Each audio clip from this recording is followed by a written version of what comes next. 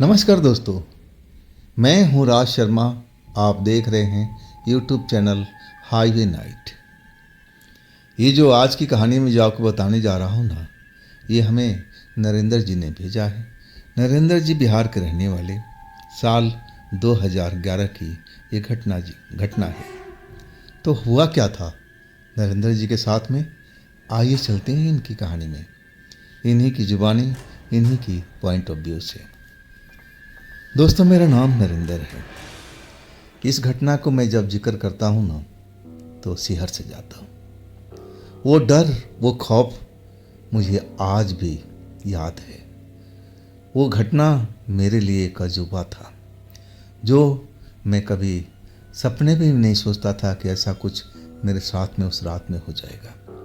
हुआ यूँ था कि मेरी जो भाभी थी ना, उनकी बहन आई थी कुछ दिनों के लिए हमारे घर पर। अब हमारी भाभी का कभी कभी मन करता था तो अपनी बहन को बुला लेती थी। लाने वाला मैं ही था। एक तरह से वो मेरी भी साली लगती थी। जब मैं, मेरे भैया की साली है तो मेरी भी साली है, तो मैं ले करके खुद भी आया था। और जब उनको वापस भेजना था तो मैं ही लेके जा रहा था। लेकिन मैं नौकरी पेशा था, काम करता था। अब मैं चाहता था ना कि जब मैं ऑफिस से आ जाऊं, घर पर आ जाऊं, छुट्टी ना लेना पड़ेगा। और 2 घंटे का सफ़र था बाइक के द्वारा। मैं 8 बजे लेके चलूँगा तो 10 बजे तक आराम से पहुंचा दूंगा। मैं ऐसा ही प्लान करता था, समय बचाता था, छुट्टी लेता नहीं था। और छुट्टी मेरे पास में मिलती भी नहीं थी जल्दी से। ऐसा ही कुछ काम था मेरा। तो प्रोग्राम तो बना हुआ था। मैंने सब कुछ भाभी को फ़ोन से बता चुका था कि भाभी, अपनी बहन को आप तैयार रखिएगा। जैसे मैं ऑफिस से आऊँगा, मैं थोड़ा नाश्ता चाय करके मैं निकल जाऊँगा। 10 बजे तक उनको छोड़ दूँगा, फिर वापसी आ जाऊँगा। लेकिन भाभी मुझे कहने लगी, नहीं, आप लेके तो जाओगे, लेकिन आप 10 बजे पहुँचाने के बाद में आप वापस नहीं आओगे। आप रात वहीं पर गुजारोगे। रात का मामला है, ठीक नहीं रात में सफ़र करना। मैंने कहा कि भाभी, आप डरिए मत, मैं बिल्कुल सुरक्षित आपको बहन को पहुंचा दूंगा और वापस भी आ जाऊंगा, क्योंकि मुझे सुबह जॉब पर भी तो जाना है। खैर, भाभी नहीं मान रही थी। मैं जानता था कि मैं भाभी को ज़रूर मना लूँगा। और इसके बाद अपना जॉब से जब मेरी टाइम ख़त्म हुआ, छुट्टी हुई, तब मैं अपने घर पर चल दिया था। लगभग 7:30 बजे शाम के आसपास पहुंचा था। तो मैंने देखा भाभी की जो बहन खूबसूरत थी, भाभी की तरह ही जवान थी, और मुझे तो बड़ा अच्छी लगती थी। लेकिन ऐसा ही था, अब एक रिश्ता था हंसी मजाक का, तो कभी कभी मैं भी मजाक कर लिया करता था और वो भी करती थी। तो ऐसा ही कुछ दिल में हमारे अंदर कुछ था नहीं। कोई ऐसा कुछ नहीं था कि मैं उनसे प्यार करता हूँ, वो मेरे से प्यार करती है। एक साली जीजा का रिश्ता था, उस पर हम लोग कायम थे। वो अपने हद में हम लोग थे, दोनों के दोनों। खैर, अब मैं तैयार हो चुका था। 8 बज गया था। और भाभी कह रही थी कि देखो देवर जी, अब रात को लौटना मत, वहीं पर आराम कर लेना, थोड़ा सुबह में जल्दी निकल लेना, तो सफ़र भी आराम से कट जाएगा और ड्यूटी भी आप पकड़ लोगे। मैंने कहा कि भाभी जी, मैं वहाँ पहुँच कर के बताऊँगा, जैसा भी होगा आप बेफिक्र रहिए। अब भाभी को, बहन को, यानी अपनी साली को बाइक पर बिठा करके और हम चल पड़े थे। हमारे पास ज़्यादा कोई विशेष सामान नहीं था। एक छोटा सा बैग था जिसमें साली साहिबा के कुछ कपड़े थे, जो अपने पिट्ठू बैग था, पीठ पर लटका रखी थी। और हम बात करते मज़े से सफ़र तय कर रहे थे। जब आधा से अधिक सफ़र तय कर लिए थे ना, लगभग 9 बज रहा था रात का, और अचानक आगे सड़क पूरा जामी जाम। ऐसा क्या हो गया है भाई, रोड पर जाम ही जाम दिख रहा है। गाड़ी की रेड लाइटें नज़र आ रही हैं। पूरा लाइन से 4 लाइन बना हुआ है रोड पर। अब तो मैं अपना बाइक भी जैसे मैं निकाल नहीं पाऊंगा, ऐसा हालत हो गया था। मैं अब रुक करके, अब जो वहाँ पर थे गाड़ी वाले खड़े, क्या हुआ भैया, बात क्या हुई है, ये जाम कैसे लगा हुआ है। तब ये गाड़ी वाले ने कहा कि भैया, एक एक्सीडेंट हो गया है आगे में। इसी वजह से पूरा जाम लगा हुआ। ट्रक वाला अब ठोक दिया है, अब पलट गया है ट्रक। नींद में आ गया था, पता नहीं क्या हुआ था उसके साथ में, कुछ कहा नहीं जा सकता। मैंने पूछा कि ये जाम कब तक खुलेगा। वो कहने लगा भैया अब मालूम नहीं, हो सकता है 1 घंटा भी लगे, ज़्यादा भी लगे। आपकी तो बाइक है तो आप जाम में क्यों फंस रहे हो, आप शॉर्टकट लगाओ, कहीं से निकल लो आप। वाकई में उसने मेरी तो आंखें खोल दी थी। मैं कब तक भाई जाम में फंसा रहता। मेरे साथ में जवान लड़की थी और मैं नहीं चाहता था कि हम समय को बर्बाद करें। रात अब बढ़ती जा रही थी। मैं आसपास देखने लगा कि कहीं पर शॉर्टकट रास्ता मिल जाए और आखिरकार एक रास्ता मुझे नज़र आ गया था। अब मेरे पास तो बाइक थी, कार तो थी नहीं कि मुझे ज़्यादा सोचना है, और मैं उसी शॉर्टकट रास्ते से अब एरिया पार करने लगा था। लेकिन मेरी जो साली साहिबा थी ना, वो डर रही थी, कह रही थी कि नहीं मेन रोड से चलते हैं ना, आगे कैसा रास्ता मिल जाए, क्या हो जाए कुछ नहीं मालूम, ये भी रास्ता तो आपके लिए अनजान है, मेरे लिए भी अनजान है। बात तो सही कह रही थी। अब मैं उसको समझा रहा था कि देखो अब आगे पता नहीं कौन सा एक्सीडेंट हुआ पड़ा है, क्या हुआ पड़ा है, कब तक ये जाम खुलेगा और कब तक हम जाम के पीछे खड़े रहेंगे। इससे बढ़िया है ना कि हम शॉर्टकट अपना लें। अब हम ऐसे रास्ते चल रहे हैं कि देखो इसमें कोई है ही नहीं, बिल्कुल सुनसान पड़ा हुआ है। अब उनके पास भी कोई ऑप्शन था नहीं। अब बोले तो क्या बोले। अब पीछे बैठी हुई और हम बात करते हुए निकलते जा रहे थे। खेतों का इलाका था और कच्ची सड़क थी, रोड के साथ साथ ही चल रही थी। कुछ देर तो रोड के साथ साथ चलती रही और इसके बाद थोड़ा अंदर हो गई थी। अब रोड की जो दूरी था ना, मुझे लग रहा था कि 1 किलोमीटर के आसपास हो गया होगा। 1 किलोमीटर के आसपास ही मुझे अंदाज़ा लग रहा था। फिर भी रोड पर वो ट्रैफिक का जाम लगातार मुझे दिख रहा था। उनके पीछे की टेल लाइट जो जल रही थी लाल कलर की, वो तो अलग से ही चमक रही थी। और मैं अपने मंजिल की तरफ बढ़ता जा रहा था। मुझे पता नहीं था कि रास्ता कैसे अब इसी रोड पर लेके आएगा, लेकिन इतना तो पता था कि कहीं ना कहीं से ये रास्ता हम रोड पर ज़रूर पहुंच जाएंगे। इतना भरोसा था अपने आप पर, और वही भरोसा का कायम रख कर के मैं अपना बाइक चलाते जा रहा था और अपनी साली साहिबा से बात भी करते जा रहा था। अब हम कोई मजाक नहीं कर रहे थे क्योंकि सुनसान एरिया हो चुका था। अब मेरी जो साली साहिबा थी ना, वो भूत प्रेत से डरती भी बहुत थी, इसलिए कुछ बोल नहीं रही थी, बिल्कुल शांत बैठ गई थी। मैं कुछ बोलता ना तो उसको हूँ हाँ में बस जवाब देती, उससे ज़्यादा कुछ बोलती नहीं थी। नहीं तो मेन सड़क पर तो चहकती रहती थी। अब एक जगह पर हमें रोकना पड़ गया। रुकना इसलिए पड़ गया कि आगे जो रास्ता था ना, 3 रास्ता बना हुआ था। अब कौन सा रास्ता पकड़ें कुछ समझ में नहीं आ रहा था, इसलिए बाइक मैंने रोक दिया। अब खेतों के इलाका, आसपास में कोई बताने वाला भी तो नहीं था कि हम किन किन रास्ते से अब आगे जा सकते हैं जो सड़क पर हमें आगे पहुंचा दे। किससे पूछे भाई। अब अंदाज़ा ही लगा सकते थे कि हाँ सड़क तो दिखाई दे रही थी, और मैं अंदाज़ा लगा चुका था कि शायद बीच वाला सड़क हमें इस्तेमाल करना चाहिए। अगर हम दाहिने साइड वाला पकड़ेंगे तो इस जाम के एरिए में ही हम फंसे रह जाएंगे, फिर उसी जाम की सड़क पर चढ़ जाएंगे, तो उसका कोई फ़ायदा नहीं है। और बाएं वाला जो रास्ता है, ना जाने किस गांव में जा रहा हो, उसको पकड़ के कोई फ़ायदा तो था नहीं। बीच वाला रास्ता मुझे जच गया था। लेकिन मुझे अब बाथरूम आई हुई थी। मैं सोचा कि अब बाइक तो रोक ही दिए हैं तो ये भी काम से फारिग हो जाए। हाँ, मैं बोला अपनी साली साहिबा से कि आप ज़रा 2 मिनट के लिए उतर जाइए बाइक से और मैं स्टैंड पर लगा दूँ, मैं थोड़ा बाथरूम करके आ रहा हूँ। मैं अब बाथरूम करने के लिए चला गया। ज़्यादा टाइम तो लगा नहीं था, लेकिन जब मैं आया ना तो साली साहिबा ज़मीन पर बैठी हुई थी और दूसरी साइड को मुँह किए हुए। पढ़ी लिखी लड़की थी, कॉलेज की हुई थी, और इस तरह से बैठना मुझे अच्छा नहीं लगा। मैं समझा कि कहीं कुछ तबीयत कोई चक्कर उक्कर तो नहीं आ रहा है। कई बार सफ़र में ऐसा हो जाता है, तो आशंका तो यही हुई थी। मैं उनका नाम लेकर बोला कि क्या हुआ आपको, तबीयत तो ठीक है ना। लेकिन वो मेरे से कुछ बोली नहीं। वो दूसरी साइड को देख रही थी खेतों के इलाका में। तो बड़ा मुझे अजीब सा लगा। मैं उनके पास पहुंच गया, सर पर हाथ फेरते हुए कहने लगा कि कहीं तबीयत तो ख़राब नहीं हो गई, चक्कर वक्कर तो नहीं आ रहा, उल्टी जैसा मन तो नहीं हो रहा, क्योंकि सफ़र में कई बार इनके साथ ऐसा हुआ था। लेकिन वो कोई जवाब ही नहीं दे रही थी, हाँ ना कुछ भी नहीं।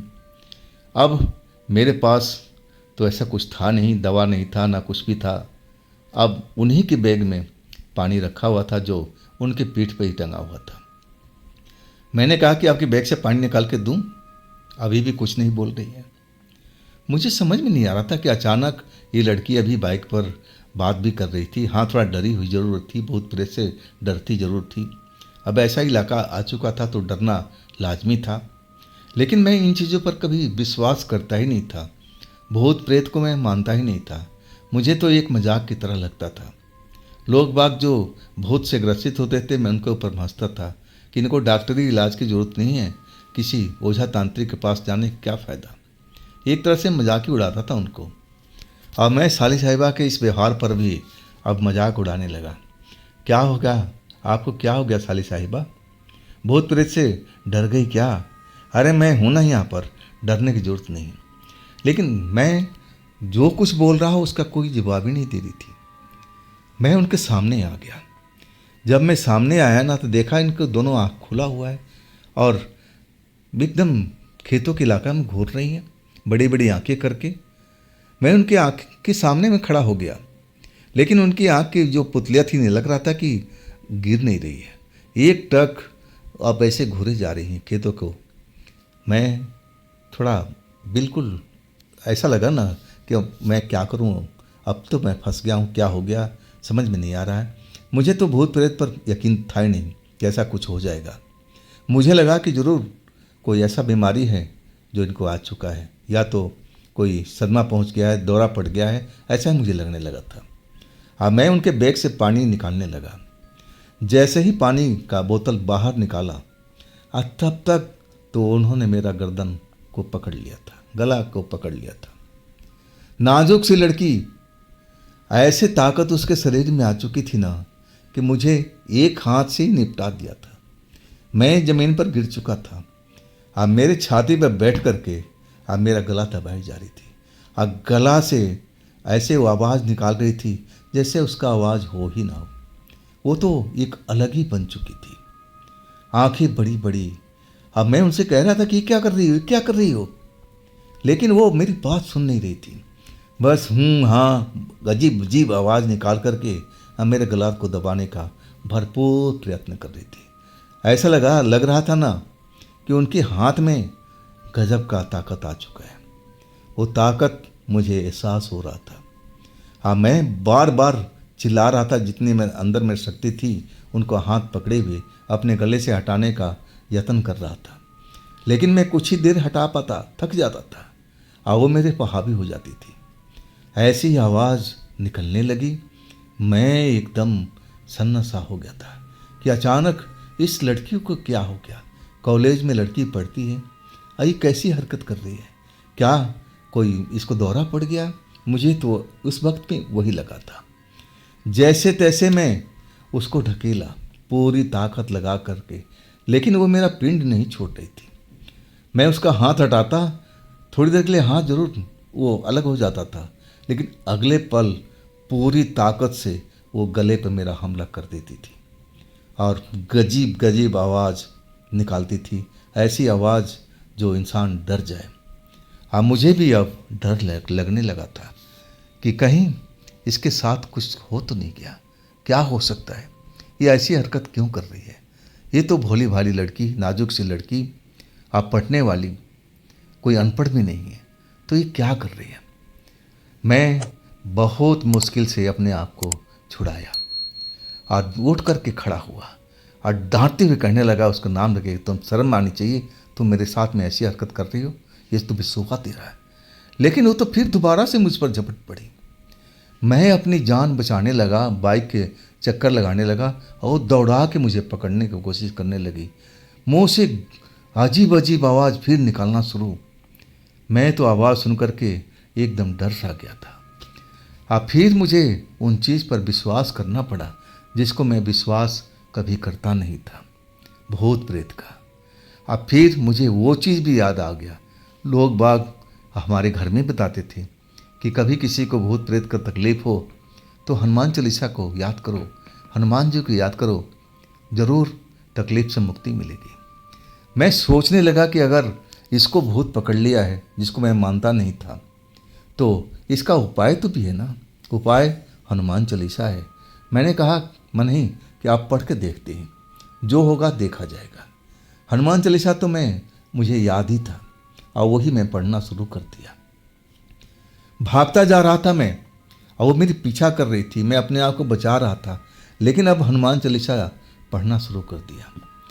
आधा हनुमान चालीसा पढ़ लिया था और तब मुझे एहसास हुआ कि वो थक गई है, एक जगह पर बैठ गई है, हाँफ रही थी, सांसें लेने की कोशिश कर रही थी। मतलब वो बुरी तरह से थक चुकी है। मेरे में अब इतनी हिम्मत नहीं था कि मैं उसके पास में जाऊं। डर लग रहा था। मैं तो भूत प्रेत को मानने वाला व्यक्ति नहीं था, लेकिन जो आज मैंने देखा, मैं दहल चुका था। मुझे मानना पड़ा कि हाँ, ये शक्ति होती है। तभी तो मेरी साली साहिबा को वो शक्ति आ गई थी। ज़रूर कोई चुड़ैल की साया थी जो मेरे साली साहिबा के अंदर समा चुकी थी और वही मुझे मारने की कोशिश कर रही थी। नाजुक हाथ में इतना पावर को आ जाना, शक्ति का आ जाना, जो मैं शक्ति को महसूस किया था। मैं अपने गले से उसका हाथ नहीं हटा पा रहा था। बड़ी मुश्किल से मैं उसको अलग किया था। अब वो थक करके बैठी हुई लंबी लंबी सांसें ले रही थी। मैं हनुमान चालीसा पढ़ता जा रहा था। मुझे डर लग रहा था कि अब ना जाने क्या हो, अभी क्या हरकत करेगी। अभी तो बैठ करके सांसें ले रही है, थकान को दूर कर रही है, फिर इसके शरीर में पावर आएगा, फिर मुझ पर झपट पड़ेगी। मुझे अंदाज़ा ऐसा ही था। लेकिन हनुमान चालीसा का असर तो हुआ। जैसे मैं हनुमान चालीसा पूरा पाठ ख़त्म किया, दोबारा से स्टार्ट करने लगा, तभी वो मेरा नाम लेकर के अब मेरी साली साहिबा ने पुकारा, मुझे पानी दे दो, मुझे प्यास लगी है। जब मैंने उनकी ओरिजिनल आवाज़ सुना ना, तब थोड़ा दिल में राहत हुई। मैं अभी भी डरा हुआ था, उनके पास जाने से कतरा रहा था, लेकिन बार बार कह रहे थे कि मुझे पानी तो दे दो, मुझे प्यास लगी है, गला मेरा सूखता जा रहा है, क्या हो गया मेरे को, क्या है, मैं यहाँ पर कैसे बैठी हुई हूँ। मैं समझ गया कि जो भी साया थी ना उसके अंदर में अब निकल चुकी है। मुझे अब उसके पास में जाना चाहिए, पानी पिलाना चाहिए, और जितना जल्दी हम इस जगह से दूर निकल जाए उसी में भलाई है। अगर हम देर करेंगे तो चलो, एक साया तो अब चली गई है, हो सकता है उससे बड़ी साया शक्ति कोई आ जाए। अब फिर मैं क्या करूँगा। मैं जल्दी उनके पास पहुँचा। अब मैं डरा हुआ था। नज़दीक पहुँचने के बाद में मैं उनकी आंखों को देख रहा था, लेकिन आंखें अब पलके झपक रही थी। अब मुझसे कह रही थी कि मुझे पानी तो पिला दो, अब मैं इस जगह पर क्यों बैठी हूँ। मैं कहने लगा कि आप थक चुकी थी, इसलिए आप ज़मीन पर बैठी हो, कोई बात नहीं है। मैं उनके बैग से, पिट्ठू बैग से बोतल निकाला, उनको दिया, पानी 2-4 घूंट पी। और फिर मैं कहा कि चलिए अब हम देर नहीं करते हैं इस जगह से। अब मन ही मन हनुमान चालीसा को जरूर पढ़ रहा था। ये सब करते हुए भी बाइक पर बिठा करके मैं उस कच्ची सड़क से अब स्पीड से बाइक दौड़ाने लगा। मुझे अब गड्ढे की परवाह नहीं थी। बाइक ख़राब हो चाहे कुछ भी हो, अब तो मैं देख लूँगा, लेकिन इस जगह से हम दूर निकल जाए, हम कैसे भी अब सड़क पर पहुंच जाए, चाहे जाम हो चाहे कुछ हो। लेकिन जो सड़क आगे जाकर के उसी रोड पर मुड़ी ना, तो सड़क बिल्कुल खाली पड़ा था, मतलब पीछे ही सब कुछ हुआ पड़ा था। अब इसके बाद हम घर पहुंच चुके थे। जब घर में पहुंचे ना, तो सब लोग इंतज़ार कर रहे थे, सबको पता था कि हम आ रहे हैं। अब घर जाकर के मैं सारी कहानी अब अपनी साली साहिबा के परिवार से बताया। वो लोग भी घबरा गए थे। उनको मंदिर में ले गए, गंगा जल पिलाया गया, पूजा पाठ हुआ उनके नाम से, और तब उनको मन में शांति हुई। अब मुझे भी कहने लगे, बेटा अब रुकना है, रात को सफ़र ठीक नहीं है, वो भी अकेले, देख लिया ना, तुम लोग 2 भी आ रहे थे, तब भी तुम्हारे साथ में अभी इस लड़की के साथ में जो हो गया। अब मुझे विश्वास करना पड़ा कि भाई मुझे रुकना चाहिए। रात में अकेले सफ़र करना ठीक नहीं है। हाँ, मैं सुबह तक रुका रहा। सुबह में जब 5 बजे निकला ना तो हल्का फुल्का उजाला हो चुका था। जब मैं अपने घर पहुंचा तब तक खबर तो वहाँ तक पहुंच गई थी कि ऐसा ऐसा हुआ है। घर पहुंचा, मेरे परिवार वाले मेरे पास में आए, मुझे देखने लगे कि चोट वोट तो नहीं लगी। हाँ, उस लड़की का, मेरे साली साहिबा का नाखून वगैरह मेरे गले में लगा हुआ था, खरोच आई हुई थी, इससे ज़्यादा कुछ नहीं हुआ था। मैं बताने लगा कि मैं बिल्कुल ठीक हूँ, ऐसा कुछ नहीं हुआ है। सब मेरे से कहानी पूछने लगे, फिर मैं डिटेल से बताने लगा कैसे ऐसे हुआ था। तब मेरी माँ ने कहा कि ज़रूर उस जगह पर कोई चुड़ैल होगी वहाँ पर, और वो लड़की को देख करके उसके शरीर में समा गई थी और तुम्हें मारने का भरपूर कोशिश किया। लेकिन बेटा, तूने अच्छा काम किया। हनुमान चालीसा को याद रखना चाहिए, ना जाने किस जगह पर काम आ जाए। और देखो, आज तुम्हें याद था तो तुम उस जगह से सुरक्षित निकल गए। अगर याद नहीं होता तो फिर हम क्या करते। वास्तव में हनुमान चालीसा का महत्व का मुझे उस वक़्त में समझ में आया था। इसके बाद तो मैं हनुमान चालीसा का एक तरह से दीवाना सा हो गया था। सुबह में जब नहा धोकर के हनुमान चालीसा पढ़ना, ड्यूटी से आने के बाद में रात को सोने से पहले हनुमान चालीसा का एक बार ज़रूर पढ़ता था। और ऐसा ही नियम आज तक मेरे साथ में बना हुआ है, जबकि मैं 2 बच्चे का अब बाप हूँ। तो दोस्तों, ये थी कहानी नरेंद्र जी की बिहार से। ये कहानी आपको कैसी लगी कमेंट में ज़रूर बताइएगा। और दोस्तों, अगर आपके पास में ऐसी कोई घटना है जो आप मुझे बताना चाहते हैं तो आप मुझे इंस्टाग्राम पर या मेरे व्हाट्सएप नंबर पर आप शेयर कर सकते हैं। दोस्तों, ये भी चैनल आप ही का है, तो इसको भी अपना प्यार दीजिए, लाइक कीजिए, सब्सक्राइब कीजिए, शेयर कीजिए। और फिर हम मिलते हैं अगले रोज़ इसी चैनल पर, इसी टाइम में। आप लोग अपना ख्याल रखिएगा। नमस्कार।